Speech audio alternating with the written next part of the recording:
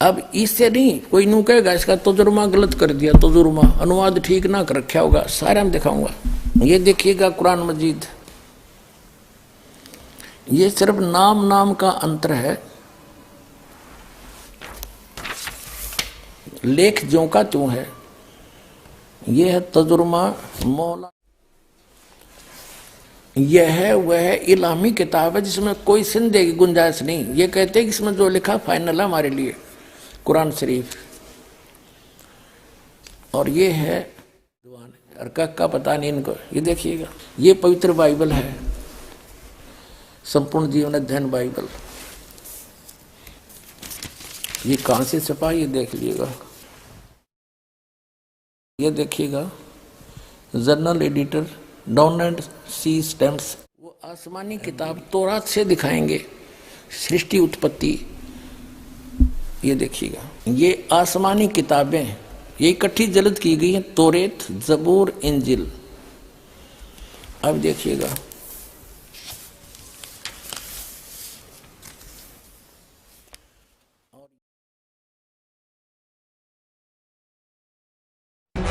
भारत के सभी राजनेताओं, स्वामियों, धर्मगुरुओं और शंकराचार्यों को मुसलमान धर्म के प्रवक्ता डॉक्टर जाकिर नायक की खुली चुनौती। ये चैलेंज है, कोई भी शख्स हिंदुस्तान में हो, मिनिस्टर हों दो, कोई भी स्वामी हों दो, कोई भी शंकराचार्य हों दो, इंशाल्लाह मैं तालिबे इल्म हूँ इस्लाम और दीगर मज़हब का। मैं तस्लीम करता हूँ कि डिबेट होना चाहिए, मैं उनसे डिस्कशन करता हूँ। अगर मुझे गलत साबित करो, मैं बदलने को तैयार हूँ। ये मुसलमान की जबान है, हम जब जबान देते हैं उसका पालन करते हैं। संत रामपाल जी महाराज ने स्वीकार की मुस्लिम धर्म प्रवक्ता डॉक्टर जाकिर नायक की चुनौती। मुस्लिम धर्म प्रवक्ता डॉक्टर जाकिर नायक हैं दादर आमंत्रित, जब चाहे कर सकते हैं संत रामपाल जी महाराज के साथ ज्ञान चर्चा।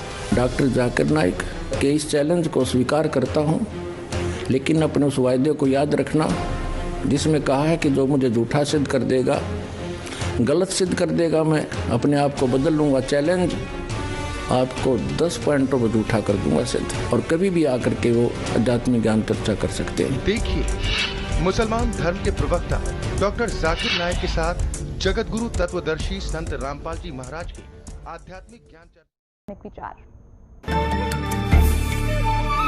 आज के तकरीर का मौजू है हिंदू धर्म और मजहब इस्लाम में यकसानियत।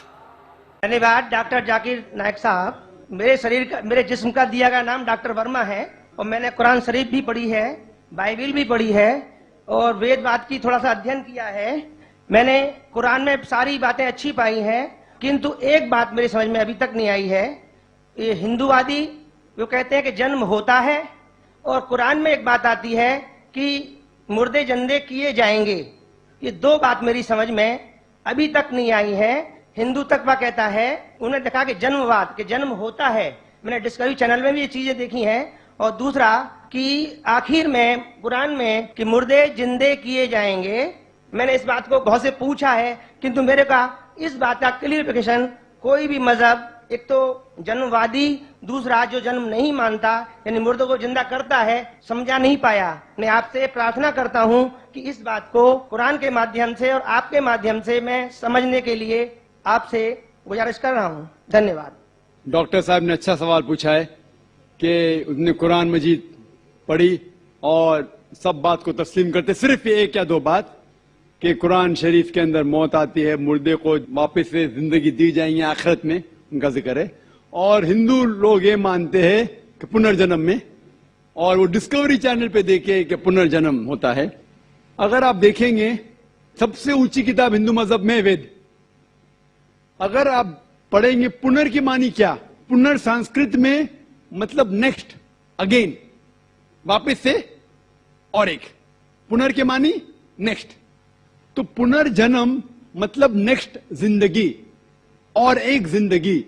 अगर आप कुरान शरीफ पढ़ेंगे, कई आयते हैं कि अल्लाह सुब्हाना व तआला ने आपको जिंदगी दी, पहले आप थे नहीं, फिर जिंदगी दी, इस धरती पे आए, फिर आपको मौत देंगे, फिर आखिरत में उठाया जाएगा। आप जो कर रहे मुर्दों को जान दी जाएंगे आखिरत में, ये हम मानते हैं कि एक बार हम इस धरती पे आते, नेक्स्ट लाइफ इज आखिरत। उसी तरीके से वेद में भी जिक्र है अबाउट पुनर्जन्म, नेक्स्ट लाइफ, सेम हूबहू जिस तरीके से कुरान में लिखा हुआ है। ये कुरान मजीद की आयत कहती है, कुल या अहले किताब, कहो अहले किताब से, यहूद और नसारा से। ये आयत खुसूसन अहले किताब के लिए है, लेकिन आम तौर पे ये कोई भी गैर मुसलमान के लिए इस्तेमाल की जाती है। अल्लाह फरमाते हैं, तालो इला कलमतिन सवाइम बैनना बैनकुम, आओ उस बात की तरफ जो आप और हम में यकसा है। सबसे पहली बात, अल्लाह नाबुदा इल्लल्लाह, हम सिर्फ एक खुदा की इबादत करें। कोई भी मजहब, कोई भी धर्म समझने के लिए हमें धर्म के मानने वालों को नहीं देखना चाहिए, क्योंकि अक्सर धर्म के मानने वाले या मजहब के मानने वाले खुद नहीं जानते उनका धर्म या उनका मजहब क्या कह रहा है। सबसे अच्छा और सबसे बेहतरीन तरीका कोई भी धर्म या मजहब को जानने के लिए है कि उस मजहब की किताबों का मुताला कीजिए। इसीलिए अगर हम हिंदू धर्म को जानना चाहते हैं तो हमें हिंदू को नहीं देखना चाहिए, हमें तहकीक करना चाहिए हिंदू धर्म की किताबों का। और सबसे ऊंची, सबसे अहम हिंदू धर्म की किताब है वेद। ये वेद हिंदू धर्म में सबसे अहम किताब है। उसके बाद है उपनिषद, पुराणास, इतिहास, मनुस्मृति, लेकिन सबसे अहम है वेद। अगर हम मजहब इस्लाम को जानना चाहते हैं तो हमें मुसलमानों को नहीं देखना चाहिए, हमें तहकीक करना चाहिए मजहब इस्लाम के किताबों का। और सबसे अहम किताब मजहब इस्लाम में है कुरान मजीद। कुरान मजीद सबसे अहम किताब है मजहब इस्लाम में। और इसके बाद है सही हदीस। इस तकरीर में मैं उन यकसानियत का जिक्र नहीं करूंगा जो आम हिंदू और आम मुस्लिम जानते हैं। पांचवा रुकन ईमान का, आखिरत। पहले हम तस्करा करेंगे आखिरत का हिंदू धर्म में। हिंदू धर्म में मुख्तलिफ राय है आखिरत के बारे में। सबसे आम राय है cycle of birth, death and rebirth, also known as doctrine of rebirth.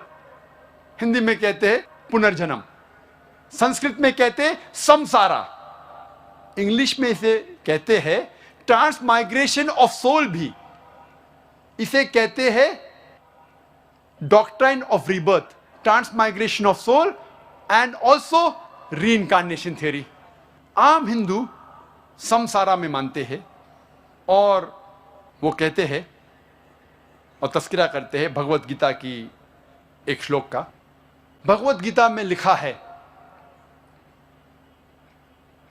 पाठ नंबर 2 में, श्लोका नंबर 22 में, जिस तरीके से इंसान अपने पुराने कपड़े निकालता है और नए कपड़े पहनता है, उसी तरीके से आत्मा पुराने जिस्म को छोड़ के नए जिस्म में जाती है।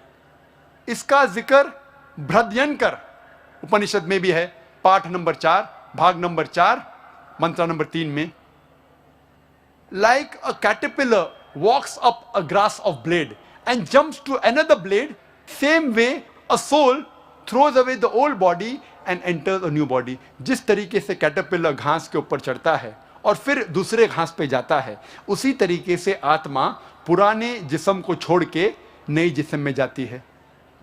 आम हिंदू समझता है समसारा के बारे में, इंसान पैदा होता है, फिर मरता है, फिर पैदा होता है, फिर मरता है, फिर पैदा होता है, फिर मरता है। ये साइकिल है बर्थ, डेथ और रिबर्थ की। लेकिन इसका जिक्र कहीं भी वेद में नहीं है, कहीं भी नहीं है।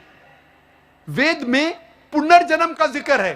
पुनर्जन्म की मानी, पुनर् मतलब नेक्स्ट, अगला, जन्म मतलब बर्थ, नेक्स्ट बर्थ, पुनर्जन्म।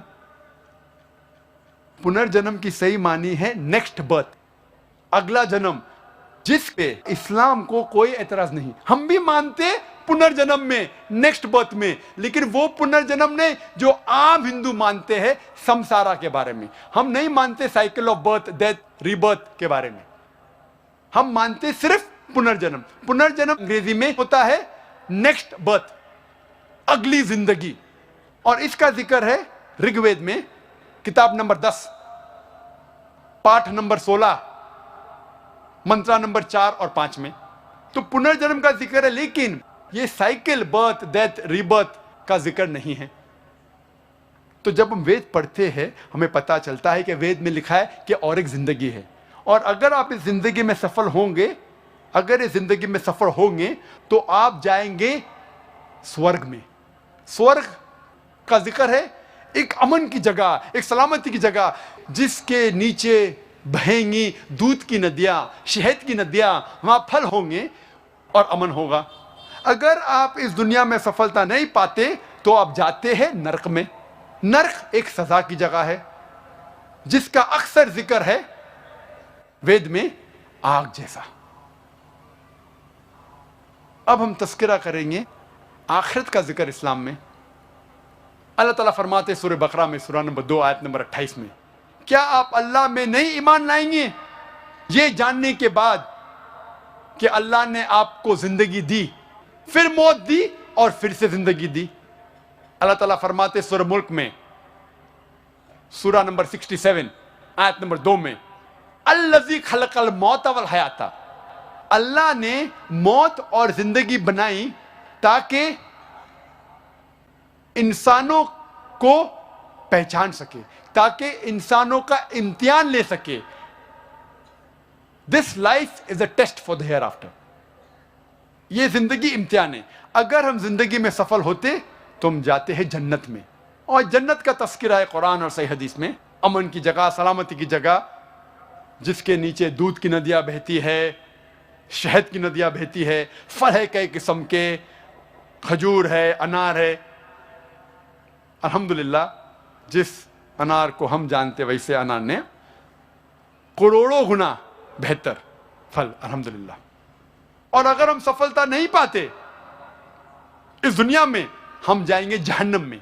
जहन्नम एक सजा की जगह है जिसका अक्सर जिक्र है कुरान मजीद में आग के साथ, और कहा गया कुरान मजीद में जिसका ईंधन होगा पत्थर और इंसान।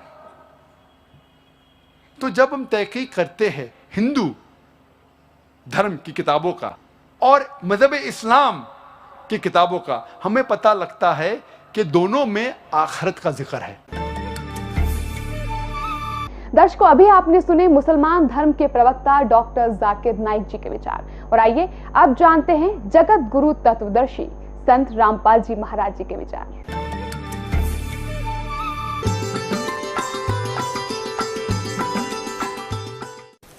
दंडवतम गोविंद गुरु बंधु अविजन सोए, पहले भये प्रणाम तिन नमो जो आगे होए।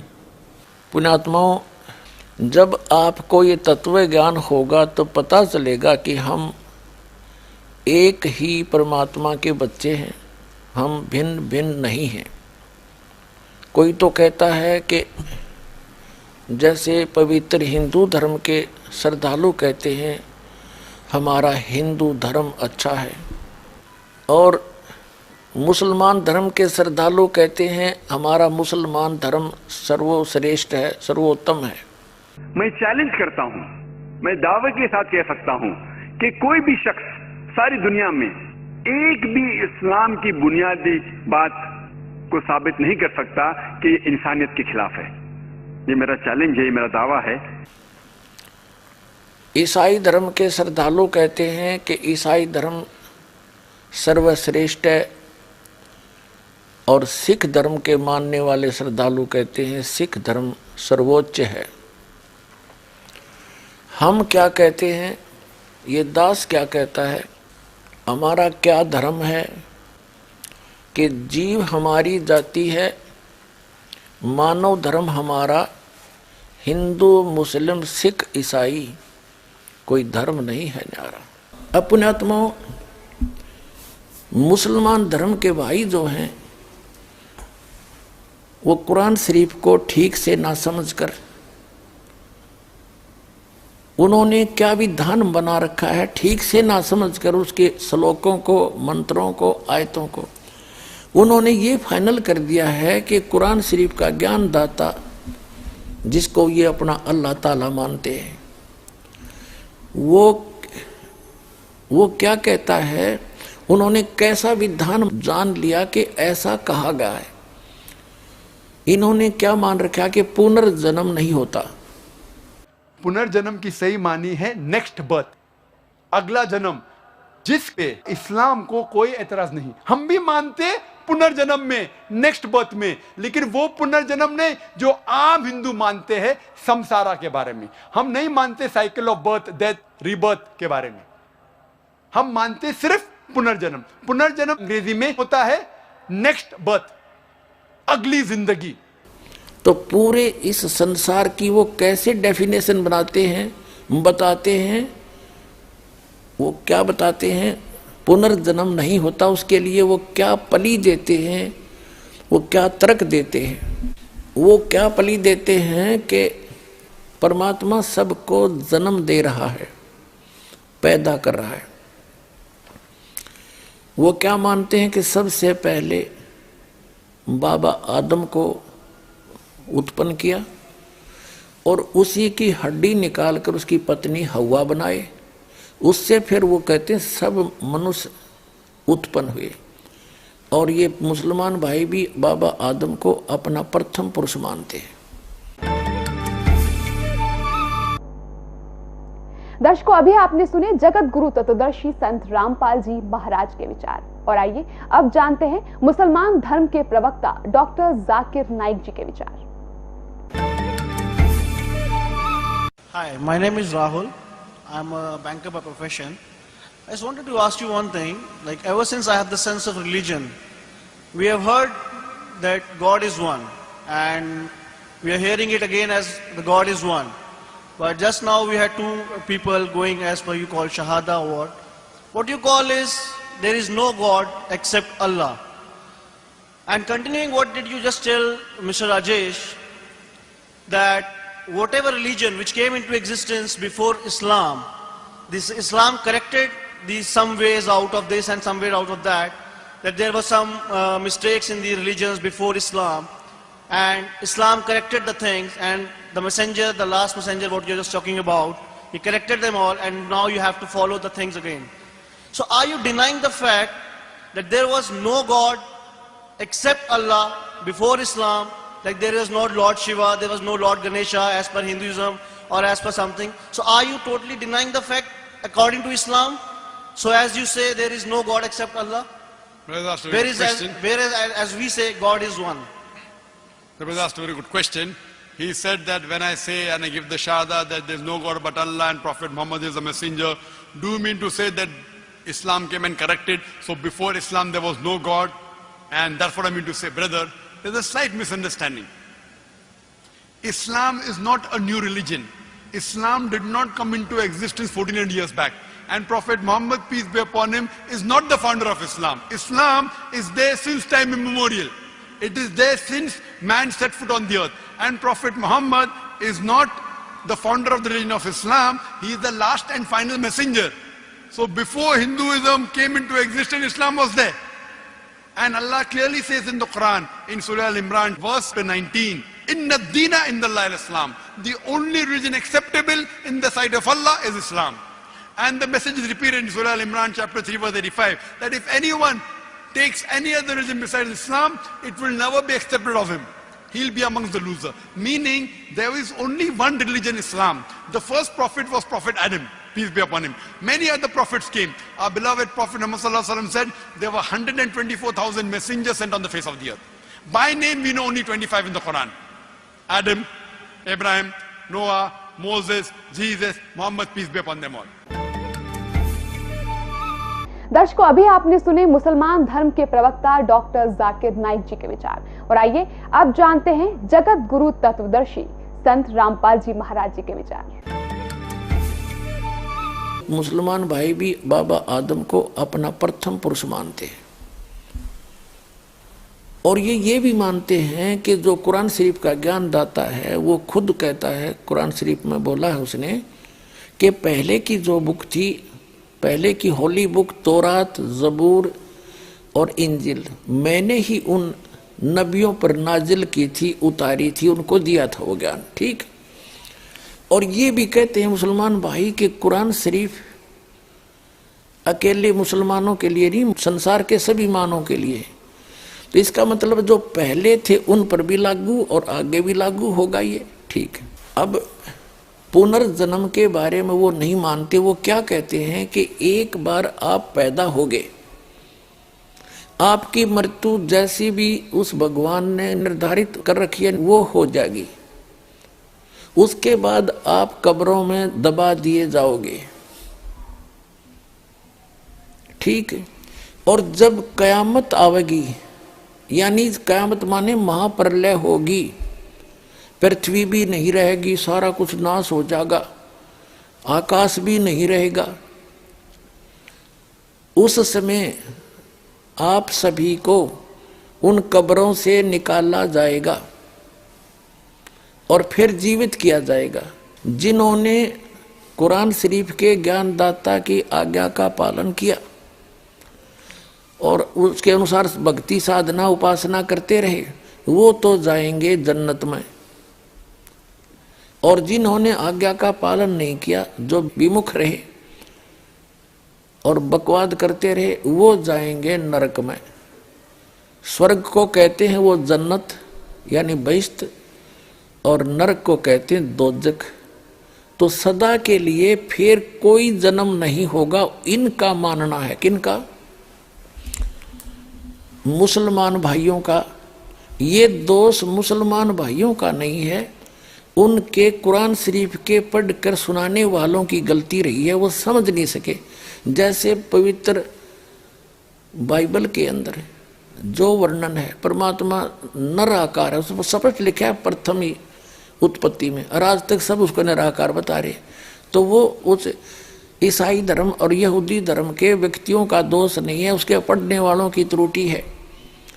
ऐसे ही गीता जी के अंदर जो वर्णन है, ये श्री कृष्ण जी को सुप्रीम पावर मान रहे थे। गीता जी के जो अनुवाद करता और इसके विवेचन करता, इस पर प्रवचन करता हमारे हिंदू धर्म के आचार्य और शंकराचार्य, संत, महंत और मंडलेश्वर, इनको कख भी पता नहीं था। तो ये दोष हिंदू धर्म के व्यक्तियों का नहीं है, ये दोष उन नीम हकीम गुरुओं का, जो समझ नहीं सके इस पवित्र ग्रंथ के रहस्य को।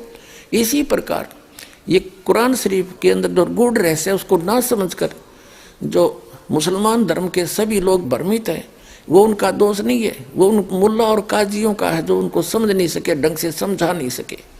अब इन्होंने तो फाइनल कर दिया कि जो जन्म ईब ताप का हो गया और मृत्यु हो जाएगी, कब्र में दबा दिए बस। उसके बाद कभी कयामत आवेगी, आखिरत आवेगी। आखिरत माने अंत आवेगा। तो उस समय सबको एक वचन से वो अल्लाह जीवित कर देगा, और फिर स्वर्ग में जाने वाले स्वर्ग में जाओ, नरक में जाने वाले नरक में। फाइनल कर दिया, फिर कभी कुछ नहीं होगा। ये मानना है मुसलमान धर्म के व्यक्तियों का। पहले भी नहीं हुआ है ऐसा, एक ही बार होगा, यू फाइनल है इनका। अगर पहले कभी हुआ होता, जन्मवीर, फिर कयामत आई होती, तो पुनर्जन्म आपा हो गया। तो ये मानते नहीं पुनर्जन्म को, बिल्कुल नहीं मानते। दर्शकों, अभी आपने सुने जगत गुरु तत्वदर्शी संत रामपाल जी महाराज के विचार। और आइए अब जानते हैं मुसलमान धर्म के प्रवक्ता डॉक्टर जाकिर नाइक जी के विचार। पुनर्जन्म की सही मानी है नेक्स्ट बर्थ, अगला जन्म, जिस पे इस्लाम को कोई एतराज नहीं। हम भी मानते पुनर्जन्म में, नेक्स्ट बर्थ में, लेकिन वो पुनर्जन्म नहीं जो आम हिंदू मानते हैं संसारा के बारे में। हम नहीं मानते cycle of birth, death, rebirth के बारे में। हम मानते सिर्फ पुनर्जन्म। पुनर्जन्म अंग्रेजी में होता है नेक्स्ट बर्थ, अगली जिंदगी। तो पुनर्जन्म मतलब नेक्स्ट जिंदगी और एक जिंदगी। अगर आप कुरान शरीफ पढ़ेंगे, कई आयतें हैं कि अल्लाह सुब्हाना व तआला ने आपको जिंदगी दी। पहले आप थे नहीं, फिर जिंदगी दी, इस धरती पे आए, फिर आपको मौत देंगे, फिर आखिरत में उठाया जाएगा। आप जो कर रहे मुर्दों को जान दी जाएंगे आखिरत में, ये हम मानते हैं कि एक बार हम इस धरती पे आते, नेक्स्ट लाइफ इज आखिरत। दर्शकों, अभी आपने सुने मुसलमान धर्म के प्रवक्ता डॉक्टर जाकिर नाइक जी के विचार, और आइए अब जानते हैं जगत गुरु तत्वदर्शी संत रामपाल जी महाराज जी के विचार। तो पुण्यात्माओं, उस जन्नत ने शर्मा मारेंगे। अरबों वर्ष तक उस कब्र में घुसड़े पड़े रहे हम, अरबों वर्ष के बाद फिर कभी कयामत होगी जब उसमें निकाले जाएंगे। इस तक बूंदी कह देता पहले भोग लिया हमने, चाहे नरक में जाओ चाहे स्वर्ग में, इससे बूंदा नरक क्या होगा। लेकिन वास्तविकता क्या है कि पुनर्जन्म होता है। ये कयामत कब आती है? ब्रह्मा जी का एक दिन जब संपूर्ण होगा, ब्रह्मा जी का एक दिन जब पूरा होगा तो पूरी पृथ्वी पर प्रलय हो जाएगी। इन तीनों लोकों में, स्वर्ग लोक के, पृथ्वी लोक और पाताल लोक के सभी प्राणी नाश में आ जाएंगे।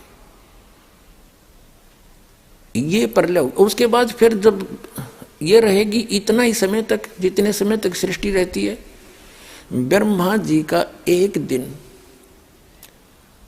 1000 चतुर्युग का माना जाता लमसम्प। एक चतुर्युग में 43,20,000 वर्ष होते हैं।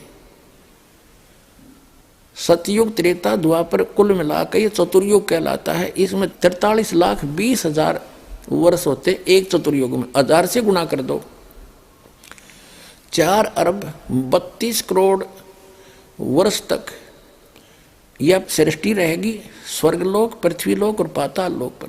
फिर तीनों लोकों के सब प्राणी नष्ट हो जाएंगे, इस पर जल जल हो जाएगा। इसको कयामत कहते हैं। जब इतना ही समय रात्रि का बीत जाएगा ब्रह्मा जी का, इन पर पुनः फिर से स्टार्ट होगी ऐसी सृष्टि। ये एक कर्म है और जन्म मृत्यु तब तक बनी रहेगी जब तक पूर्ण परमात्मा की भक्ति नहीं करेंगे। तो वहां सतलोक में चले जाएंगे। ये जो दास आपको भक्ति देगा उससे आपका जन्म और मरण सदा के लिए समाप्त होगा। वहां नरक नहीं है, वह जन्नत जन्नत है, वहां कोई दोजख की आंच नहीं है। वो व्यक्ति वही जाएंगे जो यहाँ इस दास के द्वारा बताई इस भक्ति से परिपूर्ण हो जाएंगे, बुराइयों से बचे रहेंगे और मर्यादा में रहेंगे, वो उस स्थान पर जाएंगे। तो जन्म मरण होता है और कुरान शरीफ भी जन्म मरण का प्रत्यक्ष प्रमाण देती है। पहले तो आप जी ने ये समझना पड़ेगा कि कुरान शरीफ के पढ़ने वाले आज तक नहीं समझ सके। कुरान शरीफ में सूरत फुरकानी 25 आयत नंबर 52 से 59 यदि इन्होंने समझा होता तो कुरान शरीफ के ज्ञानदाता को ये अल्लाहू अकबर नहीं कहते, क्योंकि वो तो खुद कह रहे हैं अल्लाहू अकबर की जानकारी तो कुरान शरीफ का ज्ञानदाता रखता ही नहीं। एक बार आपको रूबरू करते हैं। ये देखिएगा पवित्र कुरान शरीफ, ये है कुरान शरीफ। यह है वह इलामी किताब है जिसमें कोई संदेह की गुंजाइश नहीं। ये कहते हैं कि इसमें जो लिखा फाइनल है हमारे लिए, कुरान शरीफ। और ये है सह अनुवाद सटीपन, इसका अर्थ है सह अनुवाद सटीपन। शास्त्रीय अरबी पद्धति पर नागरी लिपि में रूपांतरकार नंद कुमार अवस्थी, शेरवानी संस्करण। अब आगे देखते हैं। ये वही है जो का तो जो टाइटल पेज पर था, जिल्द पर था। ये देखिएगा, शेरवानी संस्करण है, प्रकाशक लखनऊ, किताबघर, मौसम बाग, सीतापुर रोड, लखनऊ से। और ये आज का अनुवाद नहीं है, 1969 से चल रहा है। ये 17वां संस्करण 2008 ईस्वी में। कॉपीराइट सर्वाधिकार सुरक्षित है। Lucknow, Kitabghar, opposite bright Motors, मौसम बाग, सीतापुर रोड, लखनऊ पर। ये उनके फोन नंबर है। ये प्रथम संस्करण 1969 में छपा था। ये हिसाब ला लो, लगभग 44 वर्ष हो गए।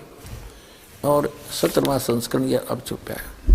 मुद्रक हैं गॉस्पेल प्रेस, लखनऊ। अब हम आपको दिखाते हैं।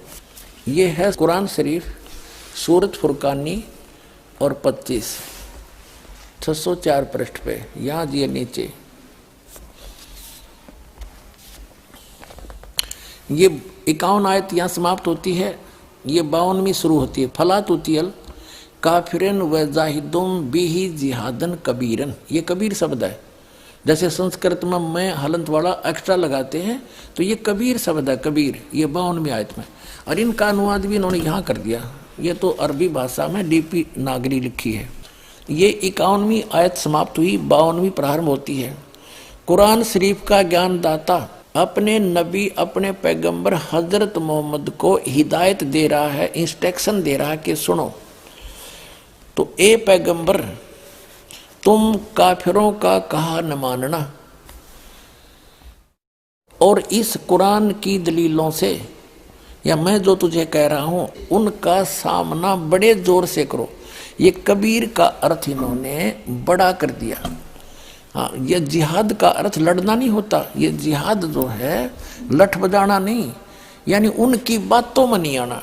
कुरान शरीफ का ज्ञानदाता कहता है कि काफिर नहीं मानते कि कबीर वो बड़ा भगवान है कोई, तुम तो ये पैगंबर तुम काफिरों का कहा न मानना, और इस कुरान शरीफ की दलीलों से उनका सामना बड़े जोर से करो। इन्होंने कबीर का अर्थ बड़ा कर दिया। इसका अर्थ वास्तव में ये बनता है, इसका अर्थ वास्तव में ये बनता है कि कुरान शरीफ का ज्ञानदाता कह रहा है कि जो ये काफिर लोग हैं ये नहीं मानते कि कोई बड़ा और भगवान है, इनके शब्दों में। तो कुरान शरीफ का ज्ञानदाता हजरत मोहम्मद से कह रहे हैं कि तय भी इनकी बातों में ना आना, इनके साथ संघर्ष करना, लड़ना नहीं, संघर्ष करना, इनकी बात तू ना मानना अगर तेरी ना मान्यता है, यानी आपकी बातों को ये काफिर नहीं मानना कि कबीर नामक सुप्रीम पावर है, वो अल्लाह ताला है, तो तू इनकी बातों में आकर के अपने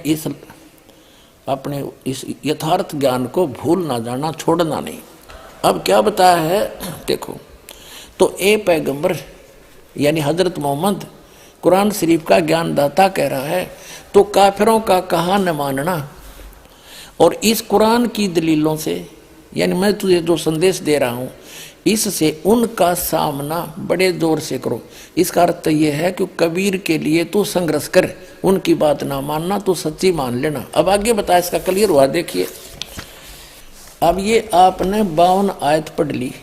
अब 53 में कुरान शरीफ का ज्ञानदाता कहता ये कबीर जो बड़ा भगवान है वो वही है जिसने 6 दिन में सृष्टि रची और 7वें दिन तख्त पर जा बैठा, और जिसने सारी सृष्टि रची, ससुराल वाले बनाए, बहू बेटी बनाई, सब मनुष्य पैदा किए, पृथ्वी और आसमान के बीच में जो भी कंस्ट्रक्शन है, रचना है, उसने ही की। तो कुरान शरीफ का ज्ञानदाता तो रचनार भी कौन ही, ये तो कोई और बता रहा है कि वो है सारी सृष्टि का रचने वाला, और वो अल्लाह बड़ा है।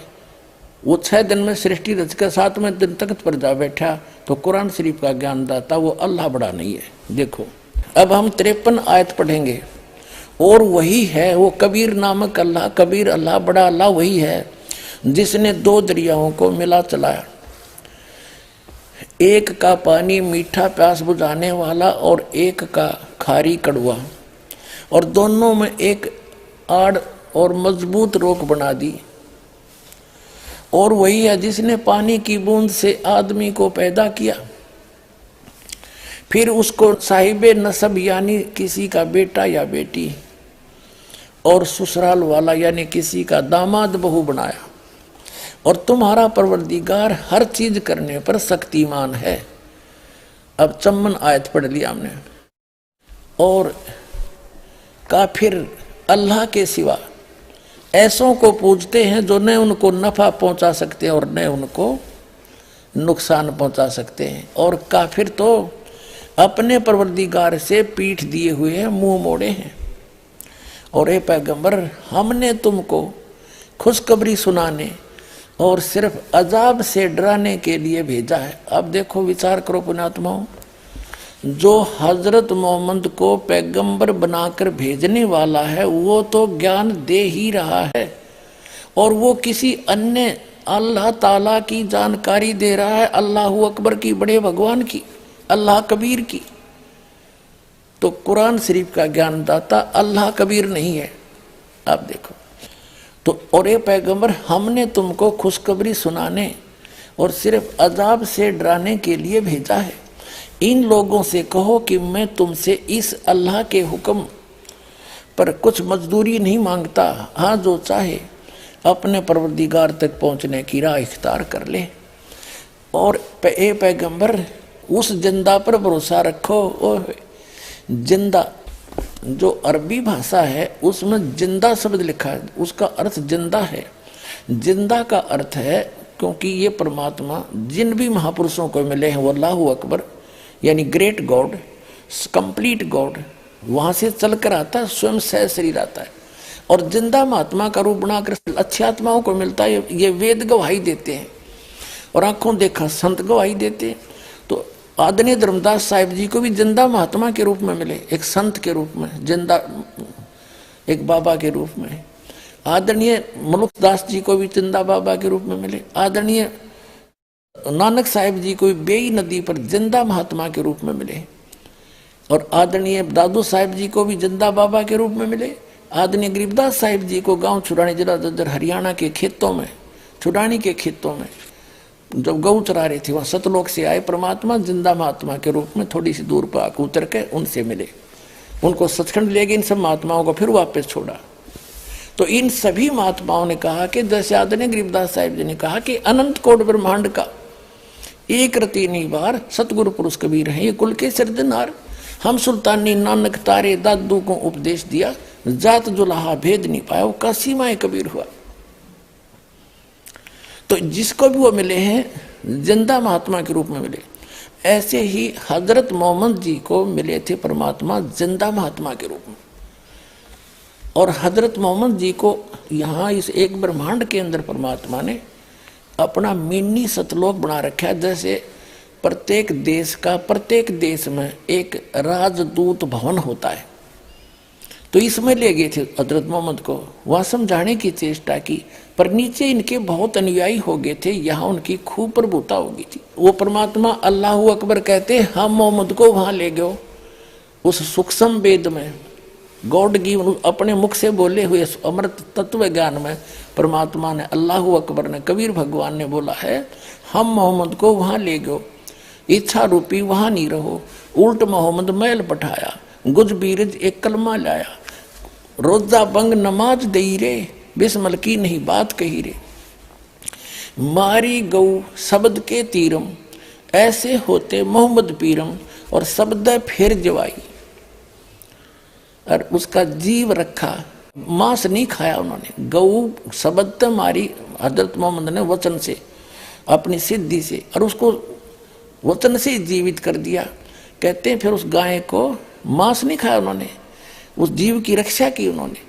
मारी गऊ शब्द के तीरम, ऐसे होते मोहम्मद पीरम, शब्द फिर जवाई, अंसा रखा, यानी जीव की रक्षा की, मारा नहीं, खत्म नहीं किया गाय को। और गोश्त नहीं बख्या, गोश्त मांस नहीं खाया, ऐसे पीर मोहम्मद भाई।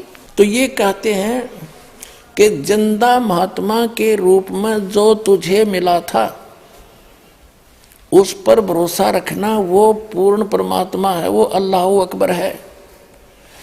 कुरान शरीफ का ज्ञान दाता कह रहा है, लेकिन उस अल्लाह अकबर से वो स्वयं परिचित नहीं है, संकेत कर रहा है कि जो तुझे जिंदा महात्मा के रूप में मिला था। एक बार तो हजरत मोहम्मद जी ने एक बकरे को वचन से मार दिया था, वचन से जीवित कर दिया था। फिर एक बार उन्होंने गाय को मारा, लेकिन गाय को मारा तो उनसे जीवित नहीं हुई, तब उन्होंने अल्लाह अकबर कह के पुकारा। तो वो अल्लाह अकबर पुकारने से वो पूर्ण परमात्मा अल्लाह अकबर एक सूक्ष्म रूप में आए, जिंदा महात्मा का ही रूप बनाकर आते। वो केवल हजरत मोहम्मद को दिखाई दे रहे थे, किसी अन्य को नहीं दिखाई दे रहे थे। गऊ मार तो दी थी एक बार हजरत मोहम्मद जी ने, फिर दोबारा जीवित ना हुई, तब उन्होंने पुकारा उस मालिक को। परमात्मा आए और सूक्ष्म रूप में आके, वो सूक्ष्म रूप का अर्थ होता अन्य को नहीं दिख रहे थे, उनको दिखाई दे रहे, और वह गऊ जीवित कर गए। तब कहते हैं जब हम मोहम्मद याद किया रे और शब्द स्वरूपी सूक्ष्म रूप में हम वेग गया रे, तुरंत गया, और मुई गऊ हमने तुरंत जवाई, जब मोहम्मद का निश्चय आई। तुम कबीर अल्लाह दरवेशा और मोमन मोहम्मद का जब गया अंदेशा।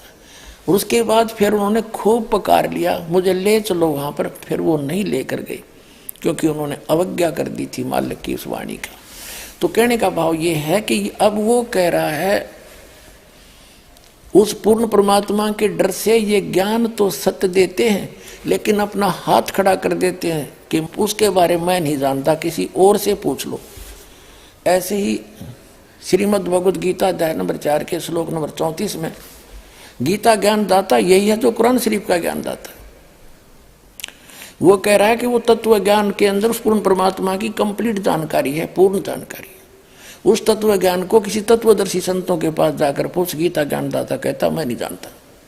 यजुर्वेद अध्याय नंबर 40 के मंत्र नंबर 10 में भी स्पष्ट कर दिया है, वही वेद ज्ञान दाता भी वही है जो कुरान शरीफ का ज्ञान दाता है। वो कहता है कि परमात्मा को कोई तो शंभुआत्मा ने जन्म लेकर रामकृष्ण के रूप में अवतार धार के आना मानते हैं, कुछ उसको वो जन्म नहीं लेता जन्मा मानते हैं। इसकी यथार्थ जानकारी वो कैसा है भगवान, वो धीरा नाम देंगे, तत्वदर्शी संत देंगे, उनसे पूछो। ऐसे कुरान शरीफ में आगे दिखाता हूँ अभी आपको। तो वो तत्वदर्शी संत, वो तत्व ज्ञान वो परमात्मा ही बता कर जाता है या फिर अपना नबी भेजता है। वो नबी ये दास है, अंतिम नबी, अंतिम पैगंबर, अंतिम उस परमात्मा का भेजा हुआ उनका दास, और पूरे विश्व का कल्याण होगा, मान जाएंगे दास की बात।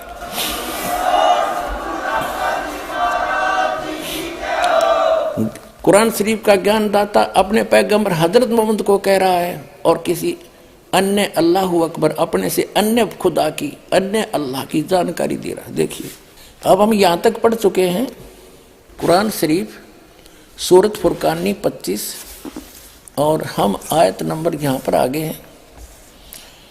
अब हम आयत नंबर 58 पढ़ रहे, 57 पढ़ रही।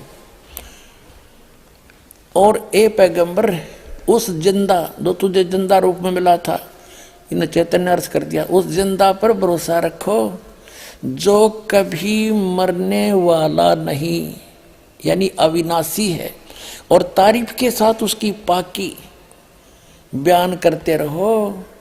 यानी कुरान शरीफ के ज्ञानदाता से अन्य है जो परमात्मा, उसकी पाकी बयान करने के लिए कुरान शरीफ का ज्ञानदाता कह रहा है हजरत मोहम्मद को। और अपने बंदों के गुनाहों से वह काफ़ी खबरदार है। ये तो वो खबरदार यानी खूब जानता है तुम्हारे सबको जो जैसा करता है। और ये वही है जिसने 58 पढ़ ली, 59 आयत है, जिसने आसमानों और जमीन और जो कुछ उनके बीच में है सबको 6 दिन में पैदा किया, फिर तख्त पर जा बिराजा, तख्त पर जा बैठा। वह अल्लाह बड़ा, वो अल्लाह अकबर है, वो अल्लाह कबीर है, वो अल्लाह बड़ा है, रहमान है, दयालु है। तो उसकी खबर किसी बाखबर यानी इल्म वाले से, तत्वदर्शी संत से पूछ देखो। कुरान शरीफ का ज्ञानदाता यहाँ इसने स्पष्ट कर दिया है कि मैं नहीं जानता उस अल्लाह अकबर बड़े भगवान, उस महान परमात्मा की, कंप्लीट गॉड की, ग्रेट गॉड की जानकारी मुझे नहीं है, वो तत्वदर्शी संत से पूछ लो। इससे कुरान शरीफ का सारा ज्ञान समझ में आ जाता है कि जो इसने अपने सत्र का ज्ञान दिया है उसमें चाहे इसने मांस खाना लिख रखा हो, चाहे कुछ भी खाना बता दिया हो, ये अल्लाह अकबर का आदेश नहीं है, ये तो कुरान शरीफ के ज्ञानदाता का आदेश है। इसका पालन करने से परमात्मा का अल्लाह अकबर का विधान टूटता है, क्योंकि उस अल्लाह अकबर ने तौरात नामक पुस्तक के उत्पत्ति ग्रंथ में स्पष्ट कर दिया, 6 दिन में जिसने सृष्टि रची उसमें आदेश दे दिया है कि कोई भी प्राणी, ना मनुष्य ना अन्य प्राणी, जैसे पृथ्वी पर रेंगने वाले चौपाए पशु, जलचर, हवा में उड़ने वाले, ये कोई मांस नहीं खाएगा। थोड़ी सी झलक दिखाता हूँ। पुण्यात्माओं,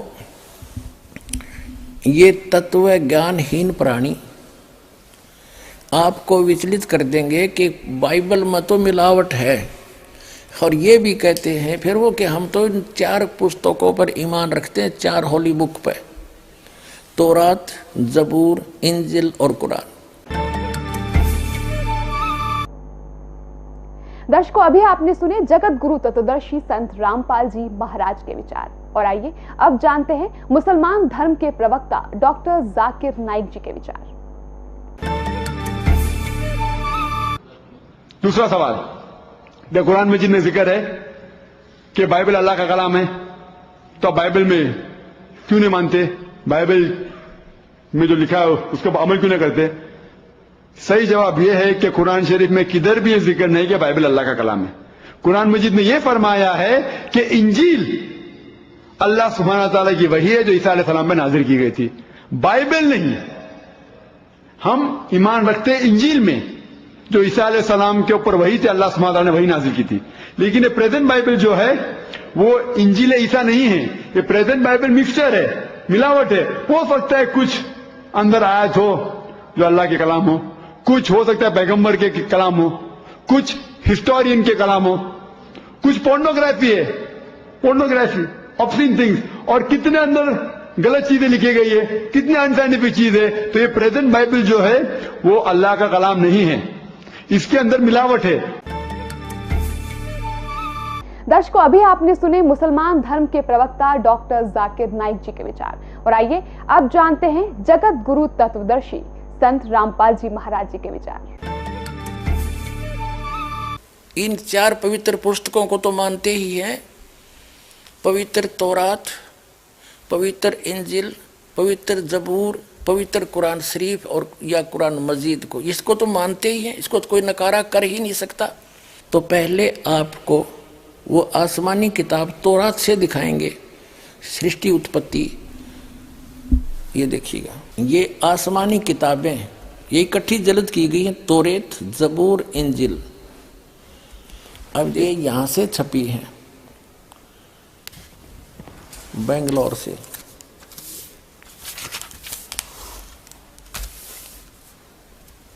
ये आसमानी किताब तौरात, जबूर, इंजिल, उर्दू स्क्रिप्ट्स, ये यहां से, ये देखो,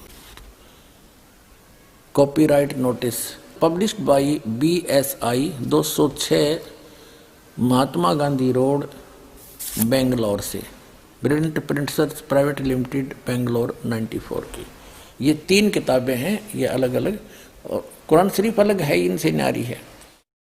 इसमें अब हम तौरात के अंदर दिखाते हैं, इसमें उत्पत्ति पैदाइश दिखाते हैं। ये देखो, ये है पैदाइश 1:1:24 प्रश्न नंबर 2 पे। यहां है खिलकत का जिक्र। खिलकत, खुदा ने इत्बिदा और जमीन और आसमान को पैदा किया। जमीन वीरान और सुनसान थी, गौरवों के ऊपर अंधेरा था। ऐसे ये पहला दिन हुआ, सांझ हुई, शाम हुई, सुबह हुई, पहला दिन हुआ, शाम हुई, सुबह हुई, दूसरा दिन। दो रचना करते हैं हम, अपने स्थान अपने उस पर आएंगे। ये फिर चौथा दिन हुआ, ये दूसरा दिन हुआ, ये तीसरा दिन हुआ, और फिर ये चौथा दिन हुआ, और फिर ये 5वां दिन हुआ।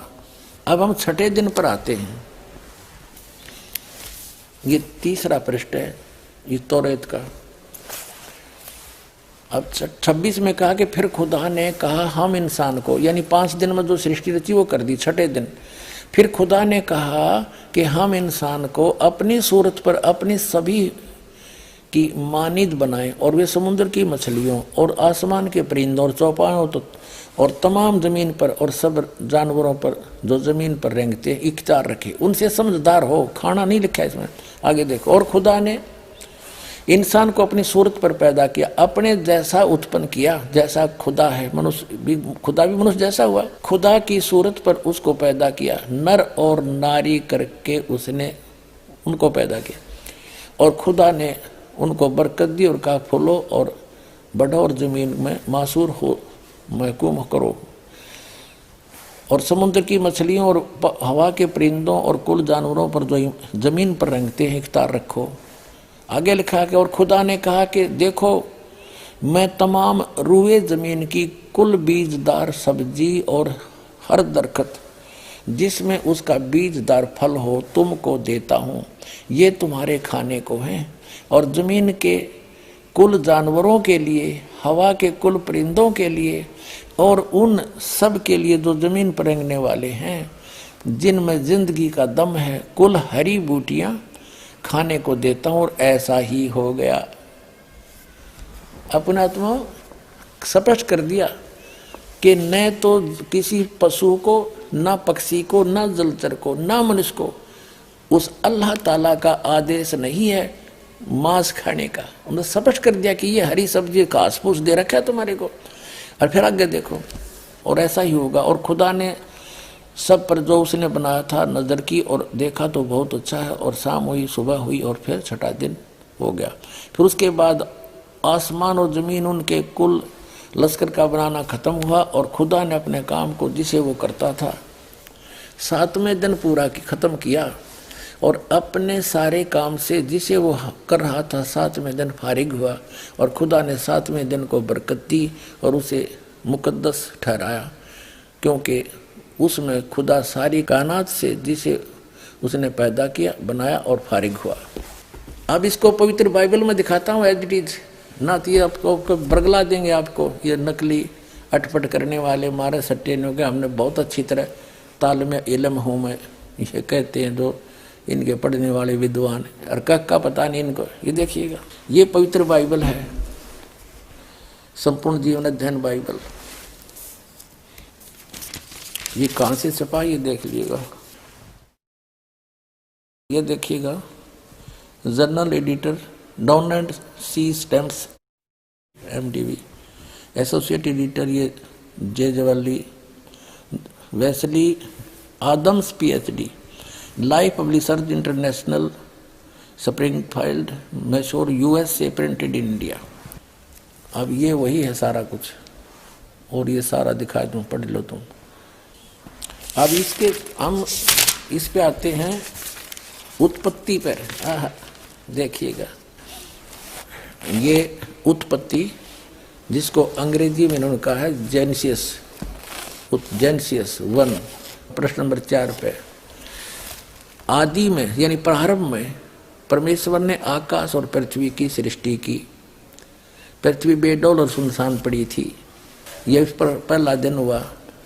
फिर परमेश्वर ने जो कहा, जल के बीच एक ऐसा अंतर हो कि जल 2 भाग हो जाए। सारा कुछ क्या, सांझ हुई, भोर हुई, फिर दूसरा दिन हो गया। फिर सांझ हुई, भोर हुई, तीसरा दिन हो गया। हमने अपने मतलब की बात लेनी, ये चौथा दिन हो गया। सांझ हुई, भोर हुई, फिर चौथा दिन हो गया। अब हम ये 5वां दिन हो गया, प्रश्न नंबर 5 पर आ गए हम। ये सांझ हुई, भोर हुई, 5वां दिन हो गया। अब छठे दिन ये आ गया, छठा दिन। ये छठे दिन में चल पड़ा। इस प्रकार परमेश्वर ने पृथ्वी की जाति जाति के वन पशुओं को और जाति जाति घरेलू पशुओं और जाति जाति की भूमि पर सब रेंगने वाले जंतुओं को बना। और परमेश्वर ने देखा अच्छा है। फिर परमेश्वर ने कहा कि हम मनुष्य को, उन सब पशु पक्षियों को बना कर, फिर हम मनुष्य को अपने स्वरूप के अनुसार बनाएं, अपनी समानता में बनाएं। और वे समुद्र की मछलियों और आकाश के पक्षियों और घरेलू पशुओं और सारी पृथ्वी पर सब रेंगने वालों जंतुओं पर जो पृथ्वी पर रेंगते अधिकार रखें। इनसे समझदार हो, जैसे भैंस, गाय, बैल, इनको हमने अपने काम के लिए प्रयोग कर लिया। इनको खाना नहीं, सताना नहीं। इनको जैसे गाय भैंस आपने रखी, उसको पहले आप पेट भरते हो, चराते हो, उसको नहवाते हो, धोआते हो, प्यार से रखते हो, जब वो दूध देती है। तो ऐसे कहा, खाने के लिए नहीं कहा उस मालिक ने। देखो आगे, तो परमेश्वर ने कहा मनुष्य को अपने स्वरूप के अनुसार बनाए, अपनी समानता बनाए। तो भगवान फिर कैसा हुआ? फिर परमेश्वर ने कहा हम मनुष्य को अपने स्वरूप के अनुसार बनाए, अपनी समानता बनाए। और वो समुद्र की मछलियों और आकाश के पक्षियों और घरेलू पशुओं और सारी पृथ्वी पर रेंगने वाले जंतुओं पर जो पृथ्वी पर रेंगते अधिकार रखे। आगे देखो, तब परमेश्वर ने मनुष्य को अपने स्वरूप के अनुसार उत्पन्न किया। अपने ही स्वरूप के अनुसार परमेश्वर ने उसको उत्पन्न किया, नर और नारी करके उसने मनुष्यों की सृष्टि की। तो भगवान कैसा? नर आकार, मनुष्य सदृश, जैसे जिनको परमात्मा मिले सचखंड लेकर गए वापस छोड़ा, उन्होंने बताया हमरे ही निहार है, हमारा सृजनहार, हमारा भगवान हमारे जैसी शक्ल का है, लेकिन उसकी बॉडी वो उस वहां जाकर के सभी का जो शरीर है इमोर्टल हो जाता है, अविनाशी शरीर मिलता है, वो मटेरियल सारा अविनाशी मटेरियल का शरीर है। और यहाँ पर ये नासवान है ये शरीर। यहाँ जब आता है परमात्मा अपनी ओरिजिनल बॉडी से ही आता है, वो अविनाशी, वो ऐसे ही किसी माँ से जन्म नहीं लेता, सह शरीर आता है, सह शरीर चला जाता है। आपको प्रमाण दिखाएंगे, अल्लाहू अकबर सह शरीर आया था, बालक रूप धारण किया, लीला करते बड़े हुए, फिर सह शरीर चले गए लाखों लोगों के सामने। अब ये स्पष्ट हो गया कि परमात्मा ने मनुष्य को अपने जैसा, अपनी सूरत में, अपने शकल के अनुसार अपने जैसा रचा, तो भगवान भी अल्लाह भी मनुष्य जैसा है। और आगे फिर वो क्या कहता है देखो, और परमेश्वर ने कहा, नर और नारी करके उनकी सृष्टि की, और परमेश्वर ने उनको आशीष दी, उनसे कहा फूलो फलो और पृथ्वी पर भर जाओ और उसको अपने वश में कर लो, और समुद्र की मछलियों तथा आकाश के पक्षियों और पृथ्वी पर रेंगने वाले जंतुओं पर अधिकार रखो। यानी उनसे जैसे इंसान ने शेर तक को भी काबू कर लिया, हाथियों को भी बांध लिया, तो ऐसे कंट्रोल करने के लिए कहा उन्होंने। आगे देखो, फिर परमेश्वर ने उनसे कहा, यानी मनुष्यों को भी, फिर परमेश्वर ने उनसे कहा कि सुनो, जितने बीज वाले छोटे छोटे पेड़, ये मनुष्यों के लिए आदेश है, सारी पृथ्वी के ऊपर हैं, और जितने वृक्षों में बीज वाले फल हैं वे सब मैंने तुमको दिए तुम्हारे भोजन के लिए। मनुष्य के लिए उस अल्लाह ताला का आदेश, अल्लाहू अकबर, जिसने 6 दिन में सृष्टि रची, 7वें दिन तख्त पर जा बैठा, वो है अल्लाहू अकबर है, वो अल्लाह कबीर है, वो कंप्लीट गॉड है, वो सर्जनहार है, वो क्रिएटर है। उस क्रिएटर का आदेश नहीं है मांस खाने का मनुष्य को, पशु पक्षियों को भी नहीं है। आगे देखो, तुम्हारे भोजन के लिए, ये तो मनुष्यों के लिए। आगे देखो, यहाँ आगे हम, और जितने पृथ्वी के पशु और आकाश के पक्षी और पृथ्वी पर रेंगने वाले जंतु हैं, जिनमें जीवन का प्राण है, उन सब के खाने के लिए मैंने सब हरे हरे छोटे पेड़ दिए, और वैसा ही हो गया, यानी घास फूस से। और तब परमेश्वर ने जो कुछ बनाया था वो देखा, तो क्या देखा, वह बहुत अच्छा है। तथा सांझ हुई, फिर भोर हुआ, इस प्रकार ये 6वां दिन हो गया। अब 7वां दिन, यूं आकाश और पृथ्वी और उनकी सारी सेना का बनाना समाप्त हो गया, और परमेश्वर ने अपना काम जिसे वह करता था 7वें दिन समाप्त किया, और उसने अपने किए हुए सारे काम से 7वें दिन विश्राम किया। और परमेश्वर ने 7वें दिन को आशीष दी और पवित्र ठहराया, क्योंकि उसमें उसने सृष्टि की रचना के अपने सारे काम से विश्राम लिया। ठीक, जो प्रसंग चला था जन्म और मरण का, यानी पुनर्जन्म पुनरुत्पत्ति का, कुरान शरीफ के अंदर आपको ज्ञान देते हैं, दिखाते हैं। पवित्र कुरान शरीफ,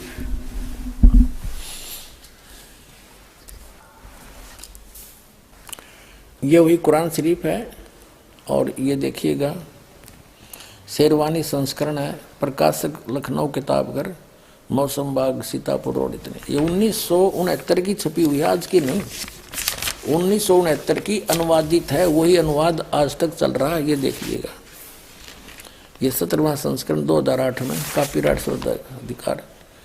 ये Lucknow Kitabghar, opposite bright Motors, मौसम बाग, सीतापुर रोड, लखनऊ। ये प्रथम संस्करण 1969 में छपा था, और ये 17वां संस्करण हम पढ़ रहे हैं आपके हाथों में, ये यहाँ से मुद्रित है। आप देखिएगा, ये है सूरत अंबिया, कुरान शरीफ सूरत अंबिया 21 नंबर, और इसकी आयत यहाँ से आते आते यहाँ आ गई है। यहाँ पर ये 100 होगी, ये वैसी टिप्पणी। इससे आगे फिर ये 553 पर आ गए अभी। इधर तो अरबी भाषा वाली है, इधर ये हिंदी है, इसलिए एक प्रश्न ज़्यादा बन जाता। 553 पर आ गए हम। यहाँ तो दूसरी, ये दूसरी शुरू होगी यहाँ पर, हिज्र 22, ये तो यहाँ से शुरू होती है, यहाँ से, इसलिए वहाँ लिखी गई। इस 21 अंबिया की ये आयत यहाँ तक चल रही है, 103 समाप्त हुई, और ये 104 यहाँ से शुरू होती है आयत। जिस दिन हम, ये कुरान शरीफ का ज्ञानदाता ये बोल रहा है, जिस दिन हम आसमान को इस तरह लपेटेंगे जैसे तुम्हार पुलिंदा में कागज लपेटते हैं, जिस तरह हमने पहले पैदा किया था, फिर हम उसे दोहराएंगे और वादा हमारे जिम्मे है, हमें जरूर करना है। फिर पढ़ लो एक बार अच्छी तरह कि जिस दिन हम आसमान को और इस तरह लपेटेंगे जैसे तुम्हार पुलिंदा में कागज लपेटते हैं, जिस तरह हमने पहले पैदा किया था, और फिर हम उसे दोहराएंगे।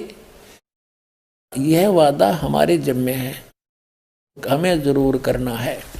अपना तो ये बालकों के लेख हैं, इनको कोई समझ सकता है? तो एक इस 21 ब्रह्मांड के मालिक के कोड वर्ड हैं, चाहे कुरान शरीफ है, चाहे श्रीमद् भगवद गीता, चाहे वेद है। और दिखाते हैं आपको, फिर क्लियर होगा कंसेप्ट। इसी कुरान शरीफ का ये है सूरत 67, ये यहां से प्रारंभ हुई। ये है कुरान शरीफ, चल रही है कुरान शरीफ, और सूरत मुल्क की 67, मुल्क की 67, सूरत मुल्क की 67 की आयत नंबर ये 2 है, एक यहाँ समाप्त हुई। ये कहते हैं शुरू अल्लाह के नाम से जो निहायत रहम वाला बेहद मेहरबान है।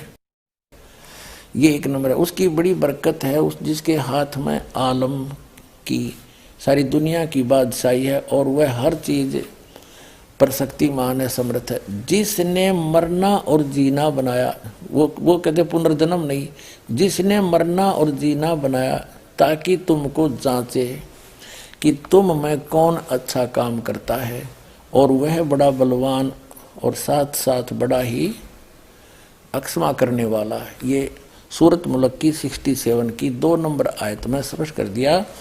जिसने जीना और मरना बढ़ाया जीना और मरना पुनर्जन्म।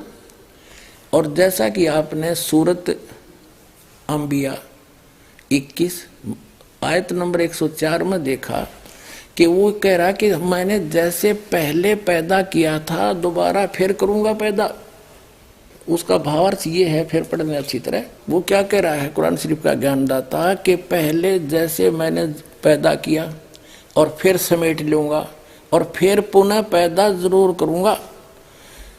तो ये इसका अर्थ गलत लगा रखे हैं। मरने और जीने का इन्होंने क्या फाइनल फैसला कर रखा है? कुरान शरीफ के पढ़ने वालों को पूर्ण ज्ञान ना होने से इन्होंने डिसीजन निकाल लिया अपनी अल्प बुद्धि से कि इसका अर्थ ये बनता है कि एक बार तो सभी मर ही रहे हैं, कब्रों में दबा दिए जाएंगे या जैसे भी तैसे, और फिर क्या होगा कि फिर कयामत आवेगी, प्रलय हो जाएगी, सब खत्म हो जाएगा, फिर मिट्टी से वचन से निकाल लेगा अल्लाह। और जिसने अच्छे काम करे वो जन्नत में अल्लाह के अनुसार चले, जो अल्लाह के अनुसार जिन्होंने कार्य नहीं अपनी भक्ति की वो दोजख में फॉरएवर फाइनल कर दिया इन्होंने।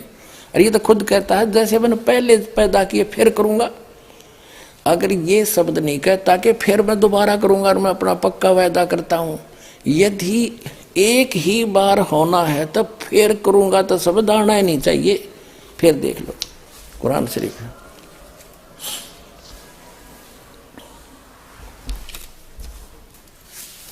ये वही किताब है कुरान शरीफ। फिर दोबारा दिखाते हैं आपको। यह है सूरत अंबिया 21, कुरान शरीफ सूरत अंबिया 21 की आयत नंबर ये चलती चलती आ रही है। ये आगे ये 100, इसके बाद यहाँ आ जाती है 553 पृष्ठ पर। मौसम बाग सीतापुर रोड लखनऊ से छपे प्रकाशन के। यहाँ देखिएगा 103 खत्म हुई, 104 नंबर आयत चली। जिस दिन हम आसमान को इस तरह लपेटेंगे, यानी क़यामत के समय, जैसे तुम्हार यानी कागज का रोल बना दिया जाता है, लपेट लेते हैं, और जिस तरह हमने पहले पैदा किया था उसी तरह हम दोहराएंगे, फिर पैदा करेंगे, और वायदा हमारे जिम्मे है, हम जरूर करना है। अब क्या स्पष्ट हो गया, यदि जो ये निष्कर्ष निकाले बैठे मुसलमान भाई कि एक बार क़यामत आवेगी तब तक ये गुफा उस कब्रों में फट रहेंगे, तेरा गजब, ये कोई ज्ञान है?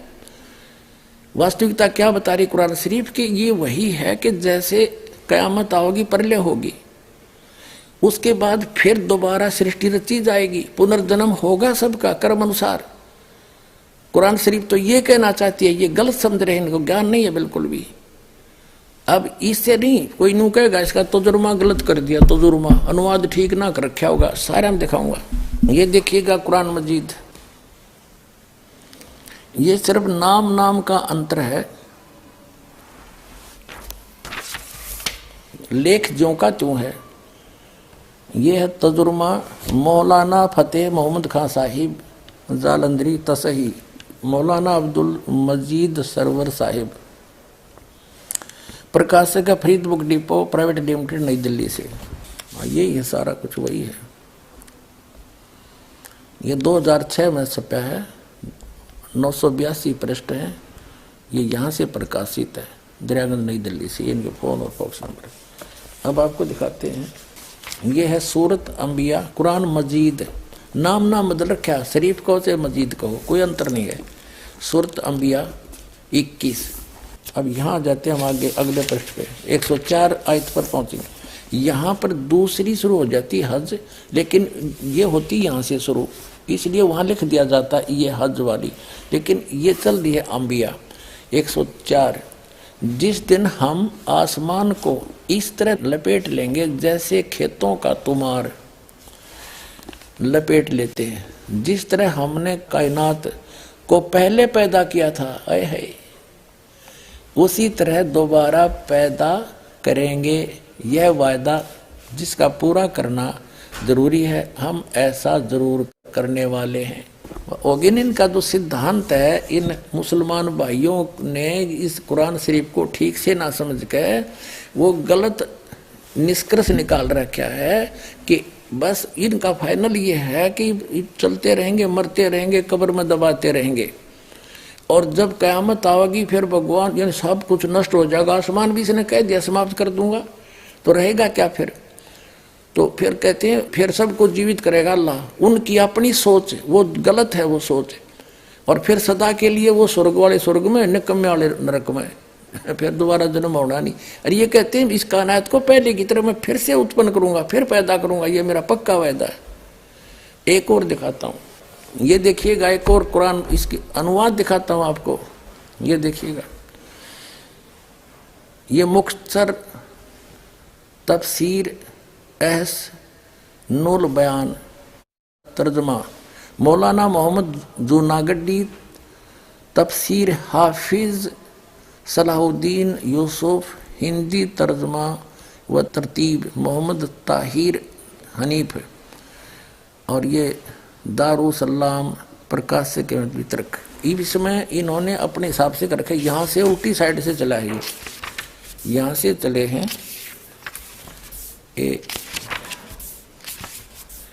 ये 1 नंबर यहाँ से शुरू होती है, हम जैसा भी अपने इस पर आ जाते हैं। ये देखिएगा, ये है सूरत अंबिया 21 और 571 पर, ये 570 उल्टा चला, इसमें 70 उधर 71 है, और ये 104 नंबर आयत है। जिस दिन हम आकाश को इस तरह लपेट देंगे जिस तरह रोल के कागज पंजी का लपेट दिए जाते हैं, और हमने पहली बार पैदा किया था उसी तरह दोबारा करेंगे। यह हमारा मजबूत वादा है और यह हम जरूर करके रहेंगे। ठीक हो गया, जिस तरह हमने पहले पैदा किया था उसी तरह फिर करेंगे। अब जैसे आपने ये कुरान शरीफ फिर दिखाते हैं आपको, ये कुरान शरीफ वही है,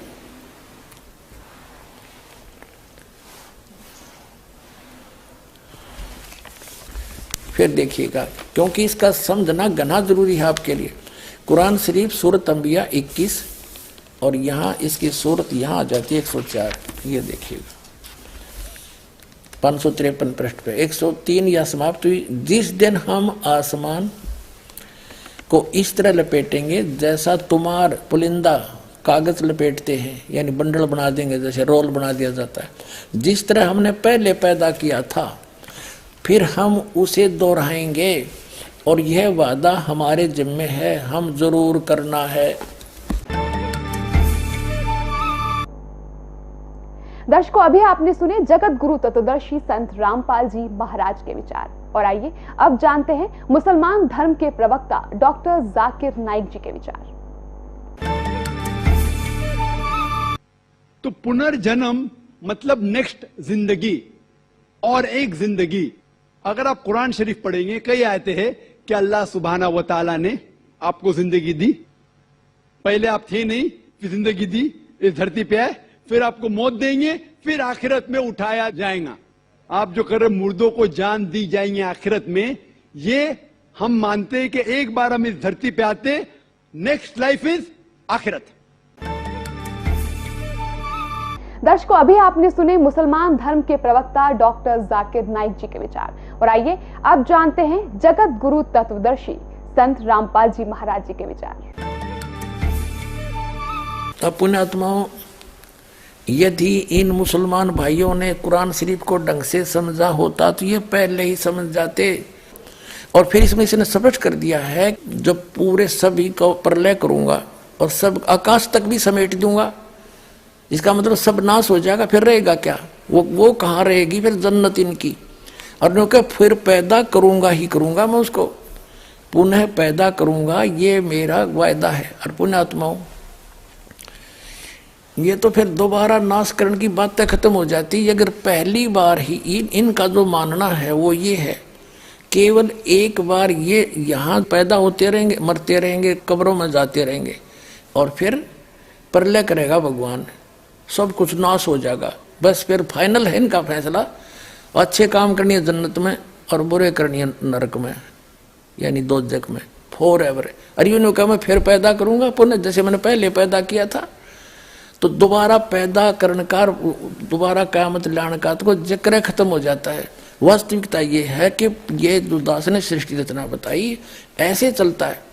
और जब ब्रह्मा जी की मृत्यु होगी, ब्रह्मा जी के एक दिन में पूरी ये क़यामत आती है, पृथ्वी, स्वर्गलोक और पाताल लोक पर कति जल ही जल हो जाएगा, सब समाप्त हो जाएंगे, वह जन्नत भी ना रहे इनकी, स्वर्ग जो जन्नत मानते हैं वो भी नहीं रहेगी। एक तो ये कहते हैं मुसलमान भाई के कुरान शरीफ का ज्ञान सबके लिए है, सब मानव समाज के लिए है, किसी जाति विशेष के लिए नहीं है।